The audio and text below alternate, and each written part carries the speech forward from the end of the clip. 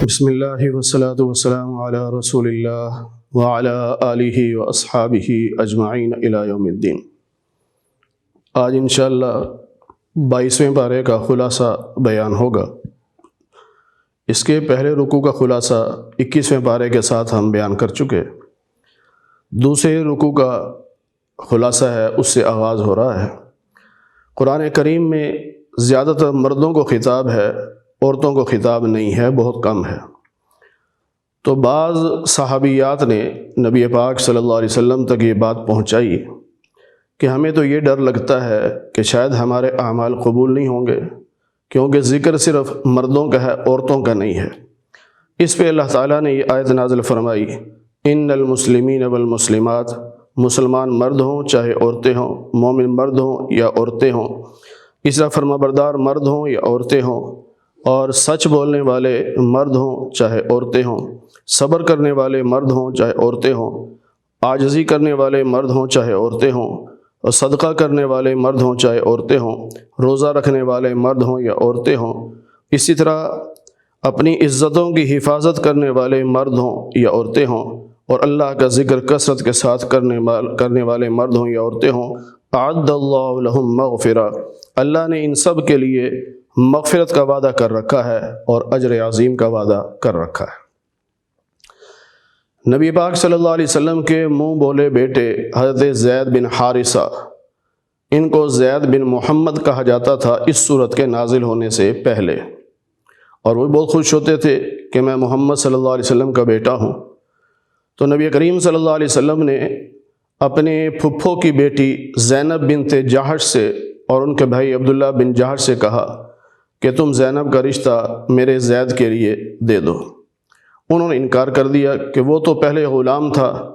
اور ہم قریشی لوگ ہیں، ہم کیسے رشتہ کر سکتے ہیں۔ اس پہ اللہ تعالیٰ نے یہ آیت نازل فرمائی کہ جب اللہ اور اس کا رسول کسی بات کا حکم دے دے تو پھر مومن کا اختیار ختم ہو جاتا ہے۔ جب یہ آیت اتری تو فوراً آئے، ان کا یا رسول اللہ ہمیں منظور ہے، آپ یہ رشتہ کر دیں۔ جب رشتہ ہو گیا تو کچھ عرصے کے بعد حضرت زید نے شکایت کی کہ یا رسول اللہ ہمارے مزاج نہیں مل رہے اور میں طلاق دینا چاہتا ہوں۔ تو نبی پاک صلی اللہ علیہ وسلم ان کو سمجھاتے کہ طلاق نہ دو، سمجھاتے رہے، لیکن ان کی طرف سے بھی اصرار بڑھتا رہا، یہاں تک کہ نبی علیہ السلام نے یہ ارادہ کر لیا کہ اگر زید نے طلاق دے دی تو پھر زینب بنت جہش سے میں نکاح کر لوں گا، کیونکہ میری پھپھو کی بیٹی ہے۔ لیکن پھر دل میں یہ خیال آتا تھا کہ مکہ والے کیا کہیں گے کہ اپنی بہو سے نکاح کر لیا۔ اس پہ اللہ تعالیٰ نے پھر یہ آیات نازل فرمائی کہ اللہ زیادہ حقدار ہے کہ اس سے ڈرا جائے، اور زید نے جب اپنا کام پورا کر لیا تو ہم نے یعنی طلاق دے دی انہوں نے، تو زوجنا کہا ہم نے آپ کا نکاح حضرت زینب سے کر دیا۔ اور اسی لیے حضرت زینب بنت جہش رضی اللہ عنہا جو پوری امت کی ماں ہیں، وہ اپنی سوکروں سے فرمایا کرتی تھی کہ تمہارے نکاح تمہارے ولیوں نے کرائے، میرا نکاح میرے اللہ نے کرایا ہے۔ زمین پہ آپ کا نکاح نہیں ہوا، بس اللہ نے کہہ دیا کہ آپ کی بیوی ہے تو بیوی بن گئی۔ اللہ فرماتے ہیں کہ یہ ہم نے اس لیے کیا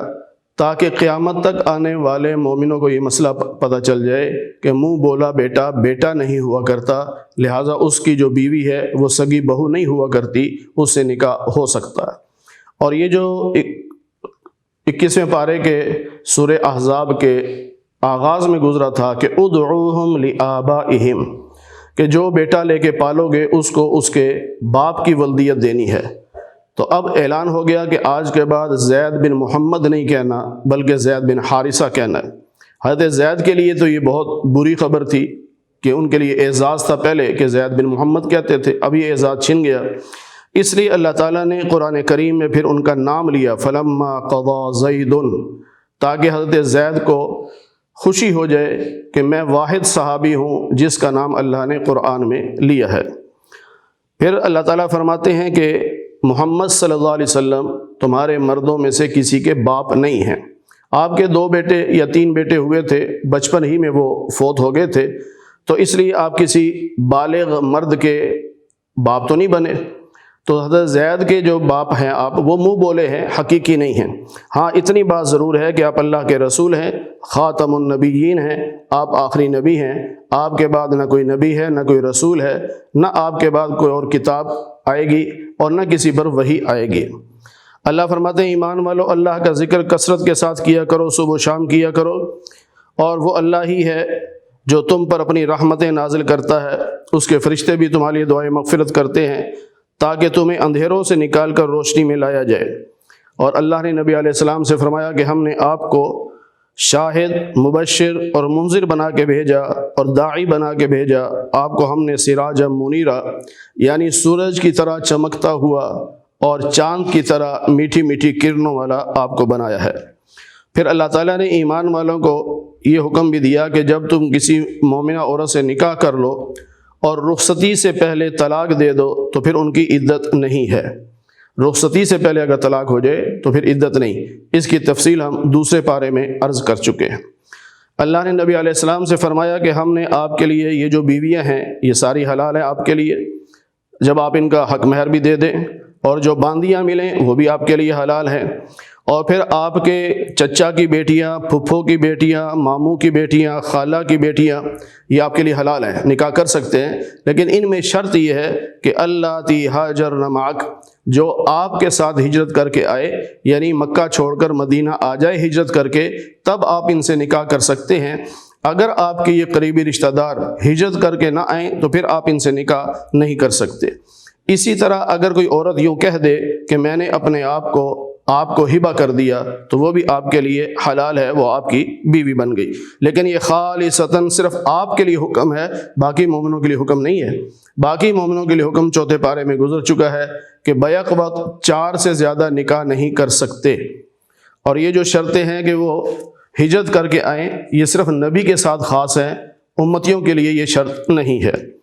پھر اللہ تعالیٰ نے یہ بھی بتا دیا کہ ظاہر ہے ایک سے زیادہ جب بیویاں ہیں آپ کی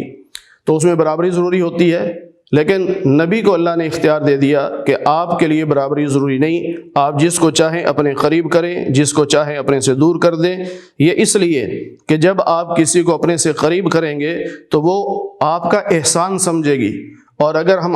برابری آپ کے لیے ضروری قرار دیتے پھر وہ اپنا حق سمجھتی۔ تو اللہ تعالیٰ نے ازواج مطہرات کو یہ بتا دیا کہ نبی اگر تمہیں اپنے پاس بلا لے تو یہ ان کا احسان ہے، تمہارا حق نہیں بنتا۔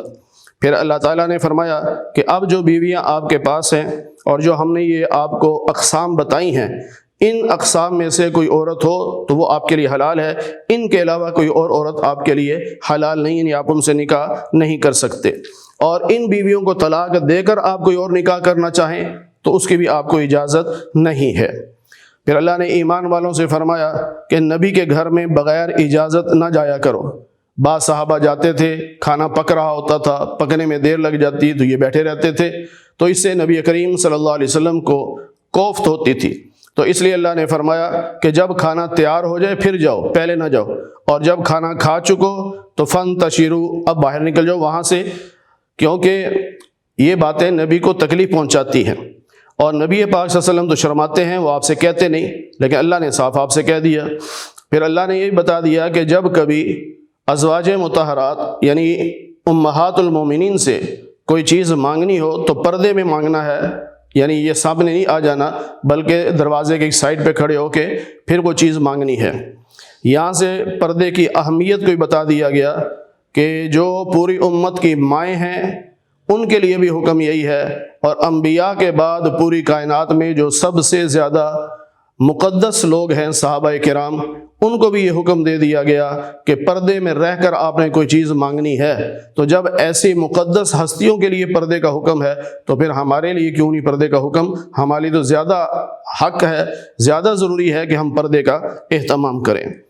پھر اللہ تعالیٰ فرماتے ہیں کہ اللہ اپنے محبوب نبی پر رحمتیں بھیجتا ہے، اللہ کے فرشتے بھی دعائے رحمت کرتے ہیں، تو اے ایمان والو تم بھی دعائے رحمت کیا کرو، اور نبی پاک صلی اللہ علیہ وسلم پر درود پاک پڑھا کرو اور سلام بھیجا کرو۔ جو لوگ اللہ اور اس کے رسول کو تکلیف پہنچاتے ہیں ان پر دنیا میں بھی اور آخرت میں بھی اللہ کی لعنت ہے، اور جو لوگ مومنوں کو یا مومنات کو بغیر کسی وجہ کے تکلیف پہنچاتے ہیں تو وہ گویا ان پر الزام لگا رہے ہیں اور یہ گناہ کما رہے ہیں۔ پھر اللہ فرماتے ہیں نبی علیہ السلام سے کہ آپ اپنی بیویوں سے فرما دیجئے و بناتک، اور اپنی بیٹیوں سے فرما دیجئے، و نساء المؤمنین، اور مومنوں کی عورتوں سے فرما دیجئے، یدنین علیہن من جلابیبہن، کہ وہ اپنے اوپر بڑی چادر لے لیں، یعنی برقع پہنے، بغیر پردے کے باہر نہ نکلیں۔ اب یہاں سے یہ بات بھی سمجھ لینی چاہیے کہ اللہ تعالیٰ نے نبی پاک صلی اللہ علیہ وسلم کی بیٹیوں کا ذکر فرمایا ہے، و بنات۔ اس سے پتہ چلتا ہے کہ 3 سے زیادہ آپ کی بیٹیاں تھیں۔ بعض لوگ صرف ایک بیٹی مانتے ہیں، باقیوں کو بیٹیاں نہیں مانتے، جبکہ اہل سنت والجماعت کے نزدیک اور امت مسلمہ کے نزدیک نبی پاک صلی اللہ علیہ وسلم کی 4 بیٹیاں ہیں، اور تبھی اللہ نے یہاں جمع کا لفظ استعمال کیا، وَبَنَاتِكَ، اپنی بیٹیوں سے کہہ دیجئے۔ پھر اللہ تعالیٰ فرماتے ہیں کہ یہ ہم نے حکم اس لیے دیا تاکہ یہ عورتیں پہچانی جائیں اور کوئی انہیں تکلیف نہ دے۔ پہچاننے کا مطلب یہ ہے کہ جو باندیاں ہیں ان کے لیے پردہ نہیں ہے، تو جو پردہ کر کے نکلے گی تو دیکھنے والے سمجھ جائیں گے کہ یہ آزاد عورت ہے، یعنی یہ باندی نہیں ہے، تو اس لیے وہ اس کو نہیں چھیڑیں گے تاکہ ان کی عزت محفوظ رہے۔ پھر اللہ تعالیٰ نے منافقین کے بارے میں فرمایا کہ اگر یہ منافق باز نہ آئے تو ہم ان کو مدینہ میں آپ کو ان کے پیچھے لگا دیں گے، اور پھر یہ زیادہ عرصہ زندہ نہیں رہیں گے۔ یہ لعنتی لوگ ہیں، لہٰذا جہاں کہیں یہ ملیں انہیں پکڑو اور انہیں قتل کر دو۔ پھر اللہ تعالیٰ فرماتے ہیں کہ قیامت کے دن کافروں کو منہ کے بل جہنم میں پھینکا جائے گا۔ اس وقت وہ کہیں گے کاش ہم اللہ اس کے رسول کی اطاعت کرتے۔ پھر وہ کہیں گے اے اللہ، ہم نے اپنے سرداروں کی اطاعت کی، اپنے بڑوں کی اطاعت کی، انہوں نے ہمیں صحیح راستے سے بھٹکا دیا، اے اللہ انہیں دگنا عذاب دے اور ان پہ خوب لعنت برسا۔ اللہ تعالیٰ نے مسلمانوں سے فرمایا کہ تم نبی کو کوئی ایسی تکلیف نہ پہنچانا جیسی تکلیف بنی اسرائیل نے موسیٰ علیہ السلام کو پہنچائی تھی۔ یہاں صرف اشارہ ہے، اصل چیز یہ ہے کہ موسیٰ علیہ السلام عام لوگوں کی طرح بے پردہ ہو کر غسل نہیں کرتے تھے، تو وہ لوگ کہتے تھے کہ شاید موسیٰ علیہ السلام کے جسم میں کوئی عیب ہے، کوئی بیماری ہے جس کی وجہ سے وہ کپڑے نہیں اتارتے۔ تو ایک مرتبہ اللہ تعالیٰ نے پھر ایسا انتظام کر دیا کہ آپ غسل فرما رہے تھے، کپڑے پتھر پہ رکھے ہوئے تھے، تو جب کپڑے پہننے لگے تو پتھر دوڑ پڑا، تو وہ پتھر آگے آگے، موسیٰ علیہ السلام پیچھے پیچھے، اور جہاں لوگوں کا مجمع تھا وہاں کے پتھر رک گیا۔ تو لوگوں نے آپ کے جسم کو دیکھ لیا تو سب نے کہا کہ آپ کے جسم میں تو کوئی عیب نہیں ہے، ہم یہ سمجھتے تھے کہ شاید عیب ہے۔ اس وقت موسیٰ علیہ السلام نے اتنے زور سے اپنا عصا مارا کہ پتھر جو ہے وہ ٹوٹ گیا۔ اللہ نے ایمان والا کو حکم دیا اللہ سے ڈرو اور ہمیشہ بات سچی کرو۔ جب سچی بات کرو گے تو اللہ تمہارے اعمال کو صحیح بھی کرے گا، تمہارے گناہوں کو معاف بھی کرے گا، اور جو اللہ اس کے رسول کی اطاعت کرتا ہے وہی کامیاب ہوا کرتا ہے۔ اللہ فرماتے ہیں کہ ہم نے یہ امانت یعنی قرآن مجید اور یا دین کے جو احکام ہیں یہ ہم نے آسمانوں، زمینوں، پہاڑوں پہ پیش کیے، لیکن انہوں نے انکار کر لیا۔ یہ صرف انسان نے ان کو قبول کیا۔ اور پھر اللہ فرماتے ہیں کہ یہ سارے اس لیے ہیں احکام جو ہم نے دیے ہیں تاکہ منافقوں کو عذاب دیا جائے، مشرکوں کو عذاب دیا جائے، اور مومن جب توبہ کریں تو ان کی توبہ کو قبول کیا جائے۔ سورہ سبا کا آغاز ہو رہا ہے۔ سبا یہ ایک قوم کا نام ہے اور ان کی ملکہ بلقیس ہے جس کا ذکر سورہ نمل میں گزرا ہے۔ الحمدللہ الذی لہ ما فی السماوات و ما فی الارض، تمام تعریفیں اس اللہ کے لیے کہ زمین و آسمان کی ہر چیز اس کی ہے، اور آخرت میں بھی حمد و ثنا اللہ ہی کی ہے۔ جو کچھ زمین میں جاتا ہے یا زمین سے نکلتا ہے یا آسمان سے اترتا ہے یا آسمان کی طرف چڑھتا ہے، سب اللہ کے علم میں ہے۔ کافر لوگ یہ کہتے ہیں کہ قیامت نہیں آئے گی، آپ کہہ دیجئے بلا کیوں نہیں، وربی، میرے رب کی قسم قیامت ضرور آئے گی، اور تمہارا ہر عمل چاہے چھوٹا ہو چاہے بڑا ہو سب اللہ کے علم میں ہے۔ اور قیامت اللہ تعالیٰ اس لیے قائم فرمائیں گے تاکہ نیک لوگوں کو ان کے اعمال کا بدلہ دیا جائے اور برے لوگوں کو ان کے برے اعمال کی سزا دی جائے۔ کافر آپس میں یوں کہا کرتے تھے کہ تمہیں بتائیں ایک شخص کے بارے میں جو یوں کہتا ہے کہ جب تم ریزہ ریزہ ہو جاؤ گے تو تمہیں دوبارہ پیدا کیا جائے گا۔ وہ کہتے تھے یا تو یہ اللہ پہ جھوٹ بول رہا ہے اور یا اس پہ جنات کا اثر ہے۔ اللہ فرماتے ہیں نہیں، کچھ بھی نہیں ہے، نہ نبی جھوٹ بول رہے ہیں نہ ان پہ جنات کا اثر ہے، بلکہ جو آخرت کو نہیں مانتے وہ عذاب کے مستحق ہیں اور وہ دور کی گمراہی میں پڑے ہوئے ہیں۔ آگے اللہ تعالیٰ نے حضرت داؤد علیہ السلام کا ذکر فرمایا کہ ہم نے ان پہ بڑا فضل کیا، بڑا احسان کیا، اور ہم نے کہا کہ اے پہاڑوں اس کے ساتھ پڑھو، اور پرندوں کو بھی کہا، یعنی داؤد علیہ السلام جب پڑھے تو پہاڑوں کو حکم تھا کہ تم بھی ساتھ پڑھو، پرندوں کو حکم تھا کہ تم بھی ساتھ پڑھو۔ پھر اللہ فرماتے ہیں کہ ہم نے داؤد علیہ السلام کو زیرہ بنانے کا فن سکھایا تھا، جس کا ذکر سورہ انبیاء میں گزر چکا ہے۔ تو اللہ فرماتے ہیں ہم نے ان کی آسانی کے لیے تانبے کا، ہم نے لوہے کو نرم کر دیا تھا کہ وہ ہاتھ پہ رکھتے تھے تو پلاسٹک کی طرح نرم ہو جاتا، اس کی ڈیزائننگ کرتے جیسے چاہتے، پھر زمین پہ رکھتے تو پھر وہ لوہے کی طرح سخت ہو جاتا۔ اور اسی طرح اور بھی بڑے اچھے اچھے کام کرتے تھے۔ فرمایا کہ سلیمان علیہ السلام کے تابع ہم نے ہوا کو کر دیا تھا کہ وہ صبح سے دوپہر تک 1 مہینے کا سفر کرتی،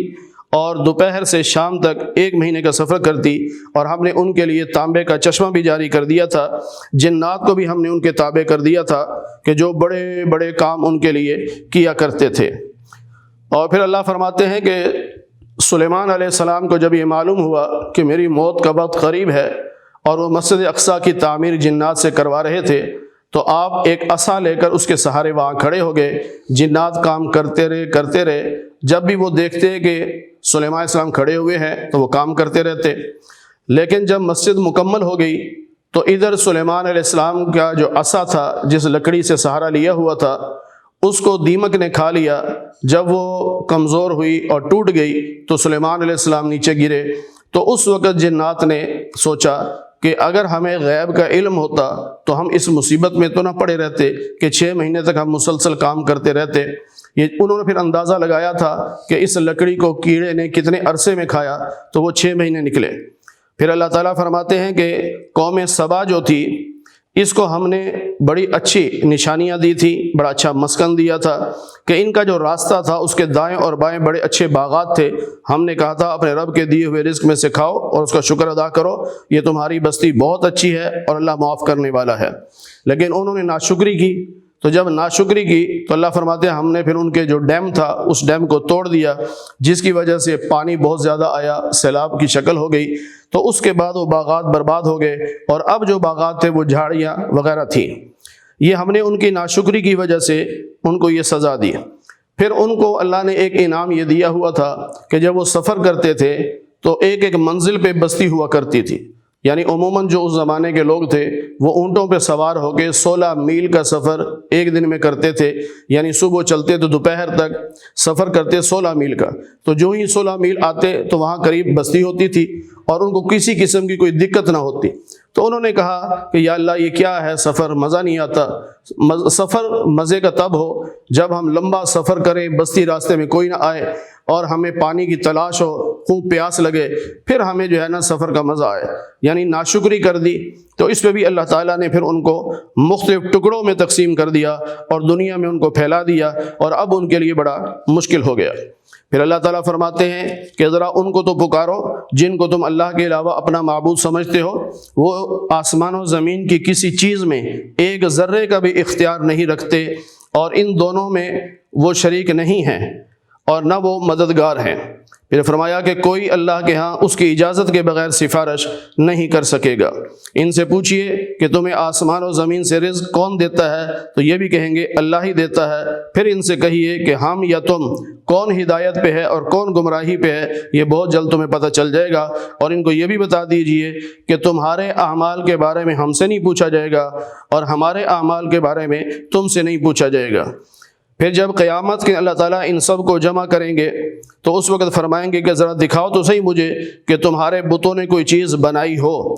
نبی کریم صلی اللہ علیہ وسلم کے بارے میں اللہ فرماتے ہیں کہ ہم نے آپ کو پوری انسانیت کے لیے بشیر اور نذیر بنا کے بھیجا ہے، لیکن اکثر لوگ علم نہیں رکھتے۔ اگلے رکوع میں قیامت کے دن کا نقشہ کھینچتے ہوئے اللہ تعالیٰ فرماتے ہیں کہ کافر یوں کہا کرتے تھے کہ ہم اس قرآن پر ایمان نہیں لائیں گے۔ اللہ فرماتے ہیں ان کا حال دیکھنا، جب یہ رب کے سامنے کھڑے ہوئے ہوں گے اس وقت ایک دوسرے پر بات ڈال رہے ہوں گے۔ یعنی عوام اپنے لیڈروں کے بارے میں کہے گی کہ اگر تم نہ ہوتے تو ہم آج مومن ہوتے، لیکن لیڈر عوام سے کہیں گے کیا ہم نے تمہیں روکا تھا کہ تم مجرم بن جاؤ اور ہدایت کے راستے پہ نہ چلو؟ تو عوام کہے گی کہ بے شک تم لوگوں نے ہمیں روکا تھا، رات دن تم ہمارے پاس آتے تھے اور ہمیں حکم کیا کرتے تھے کہ ہم اللہ کا انکار کر دیں اور اللہ کے ساتھ شرک کریں۔ اب یہ سارے شرمندہ ہوں گے جب عذاب کو دیکھیں گے۔ اللہ فرماتے ہیں ہم ان کے گردنوں میں توق ڈال دیں گے اور ان کے برے اعمال کا ان کو بدلہ دیں گے۔ اللہ فرماتے ہیں ہم نے جب بھی کسی بستی میں کوئی رسول بھیجا تو وہاں کے جو مالدار قسم کے لوگ تھے انہوں نے اس رسول کی رسالت کا انکار کیا اور یوں کہنے لگے کہ ہمارے پاس مال بھی زیادہ ہے، ہمارے پاس اولاد بھی زیادہ ہے، ہمیں عذاب نہیں ہوگا۔ اس پہ اللہ فرماتے ہیں کہ تمہارا مال اور تمہاری اولاد یہ ایسی نہیں ہے کہ اس کے ذریعے سے تم اللہ کا قرب حاصل کر لو گے، اس کے ذریعے تمہیں اللہ کا قرب نہیں مل سکتا، بلکہ اللہ کا قرب تو ایمان اور اعمال صالحہ کی بنیاد پر ملا کرتا ہے۔ پھر اللہ فرماتے ہیں کہ جو چیز بھی تم خرچ کرتے ہو اللہ تعالیٰ اس کا بدلہ تمہیں دے گا، وہی بہترین رازق ہے۔ پھر اللہ تعالیٰ نے فرمایا کہ یہ جو مکہ والے ہیں جو شرک کر رہے ہیں ان کو سوچنا چاہیے کہ ان سے پہلے کتنی قومیں گزری ہیں جن کو ہم نے ہلاک کیا ہے، یہ تو ان کے 10ویں حصے کے بھی برابر نہیں ہیں۔ بعض لوگوں نے اس سے بھی زیادہ کہا ہے کہ 100ویں حصے کے برابر نہیں، بعد نے کہا 1000ویں حصے کے بھی برابر نہیں، یعنی پہلی قوموں کو جو کچھ اللہ نے مال و دولت دے رکھا تھا یہ مکہ والے تو اس کے عشر عشیر بھی نہیں ہیں۔ پھر فرمایا کہ ان کو بتا دیجئے کہ ما بصاحبکم من جنہ، تمہارے جو ساتھی ہیں یعنی محمد صلی اللہ علیہ وسلم ان پہ جنات کا اثر نہیں ہے، اور ان سے یہ بھی کہہ دیجئے کہ میں تم سے کوئی معاوضہ تو نہیں مانگتا، اگر تم سمجھتے ہو کہ میں تم سے کوئی معاوضہ مانگ رہا ہوں تو وہ تم اپنے پاس رکھو، میرا معاوضہ میرے اللہ کے ذمے ہے۔ قیامت کے دن تو سب پکار اٹھیں گے کہ ہم ایمان لاتے ہیں، تو یہ بھی کہیں گے آمنا بھی، اے اللہ ہم ایمان لائے۔ اللہ کہتے ہیں اب تمہارا ایمان قابل قبول نہیں ہے، جو ایمان لانے کا وقت تھا بہت پیچھے رہ گیا۔ آگے سورہ فاطر کا آغاز ہو رہا ہے۔ تمام تعریفیں اس اللہ کی جس نے آسمان و زمینوں کو بنایا اور فرشتوں کو رسول بنایا، یعنی پیغام لے کر آنے والے، اور ان کے جو پر تھے کسی فرشتے کے 2، کسی کے 3، کسی کے 4، اور کسی کے اس سے بھی زیادہ اللہ تعالیٰ نے پر بنائے ہیں۔ جیسے حدیث پاک میں ہے کہ سیدنا جبریل علیہ السلام کو اللہ نے 600 پر عطا فرمائے ہیں۔ اللہ فرماتے ہیں کہ اللہ تعالیٰ جس کے لیے اپنی رحمت کے دروازے کھول دے کوئی اور ان دروازوں کو بند نہیں کر سکتا، اور جن کو اللہ بند کر دے ان کو کوئی کھول نہیں سکتا۔ اس لیے اے لوگو اللہ کی دی ہوئی نعمتوں پر اللہ کا شکر ادا کیا کرو، اور یہ بتاؤ کیا اللہ کے علاوہ کوئی اور ہے جو تمہیں آسمان و زمین سے رزق دے سکے؟ کوئی بھی نہیں ہے، تو پھر مان لو نا کہ لا الہ الا ہو، اللہ کے سوا کوئی معبود نہیں ہے۔ نبی علیہ السلام سے اللہ نے فرمایا کہ اگر یہ آپ کو جھٹلاتے ہیں تو آپ سے پہلے رسولوں کو بھی جھٹلایا گیا ہے، لہٰذا لوگوں اللہ کا وعدہ سچا ہے، دنیا کی زندگی تمہیں دھوکے میں نہ ڈالے اور اللہ کی باتوں کو مانو۔ شیطان تمہارا دشمن ہے، اس کو دشمن سمجھو۔ اور اللہ فرماتے ہیں کہ جو لوگ کافر ہیں ان کے لیے سخت عذاب ہوگا، جو مومن اور اعمال صالحہ کرنے والے ہیں ان کے لیے مغفرت اور اجر کبیر ہوگا۔ پھر اللہ تعالیٰ فرماتے ہیں کہ جو شخص عزت کا طلبگار ہے وہ سمجھ لے کہ عزتیں ساری اللہ کے پاس ہیں، جو اللہ کو راضی کرے گا اسے عزتیں ملیں گی، اور جتنے بھی اچھے جملے ہیں وہ اللہ کی طرف چڑھتے ہیں، نیک اعمال بھی اللہ کی طرف چڑھتے ہیں، اور جو لوگ برے کام کرتے ہیں ان کے لیے سخت عذاب ہوگا۔ اللہ نے انسان کی تخلیق کے بارے میں فرمایا کہ اسے ہم نے مٹی سے بنایا، اور پھر ہم نے اس کو ایک قطرے سے بنایا، پھر ہم نے اس کا جوڑا بنایا،